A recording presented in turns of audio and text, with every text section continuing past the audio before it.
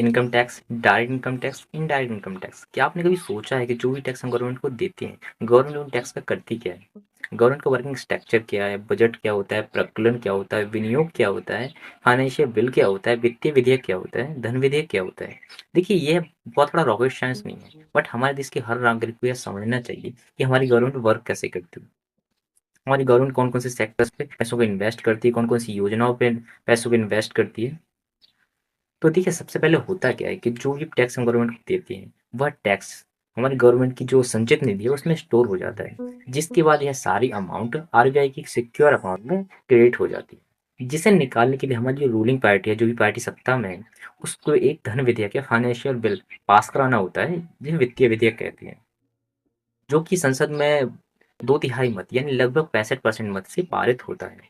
But उस bill को पारित करने से पहले जो हमारी रूलिंग पार्टी होती है, उस संसद में सारी चीज़ें क्लेरिफाई करनी होती है कि वह कौन-कौन से कार्यों के लिए कितना-कितना पैसा निकाल रही है। जिसके लिए सबसे पहले वो अपना एक बजट प्रस्तुत करती है। जिस बजट में वो सारी चीज़ों को क्लेरिफाई करती है, मेंशन करती है कि वह कौन-कौन से कार्यों के लिए, कौन-कौन से सेक्टर्स पे क्या-क्या कार्य करने के लिए कितनी-कितनी अमाउंट चाहिए या कितना-कितना पैसा निकालेगी।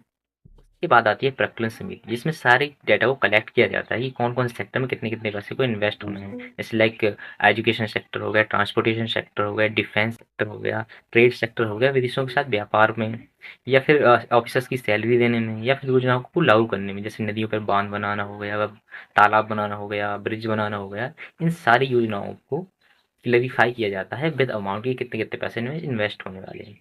उसके बाद विनियोग बनता है एंड उसके बाद लास्ट स्टेज होती है, जिसे हम फाइनेंशियल बिल कहते हैं या वित्तीय विधेयक कहते हैं, जिसकी एक पूरी रिपोर्ट तैयार करके जो ये रूलिंग गवर्नमेंट है, वह इसे संसद में पास कराना होता है, जो संसद में 2/3 मत यानी लगभग 65% मत से पारित होना चाहिए।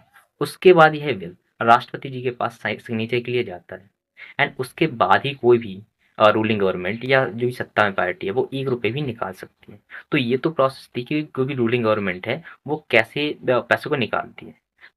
लेकिन असली खेल तो अब शुरू होता है कि जो भी रूलिंग गवर्नमेंट है, जिसने भी अपने बजट में चीज़ें दिखाई हुई हैं कि हम इन कार्यों के लिए पैसे निकाल रहे हैं, वो काम ठीक से हो रहे हैं या नहीं, या जो भी अमाउंट उसने बताई हुई है कि हम इतनी अमाउंट को इन्वेस्ट करने वाले हैं इन कार्यों में, वो काम ठीक से हो रहा है या नहीं। तो इसकी जांच करने के लिए हमारी जो संविधान है उसमें 3 समितियां बनाई हुई हैं। सबसे पहले होती है CAG यानी कंपैरेटिंग ऑडिटर जनरल। सेकेंड होती है लोक लेखा समिति, जिसका अध्यक्ष और विपक्ष का एक सबसे प्रमुख नेता होता है। एंड तीसरी होती है प्रकलन समिति।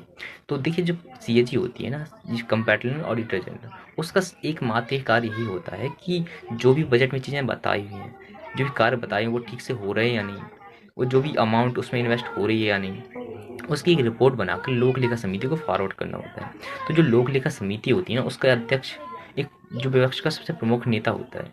जैसे मान लो कि बाय चांस अगर जो भी रूलिंग गवर्नमेंट है, जो भी सत्ता में है, वो अगर अपने बजट को बढ़ा चढ़ाकर बता देती है और अगर CAG को भी अपनी तरफ मिला लेती है, तो उसकी जो जांच है वो लोक लेखा समिति कर सकती है, जिससे 1 रुपए का भी गबन नहीं हो सकता है।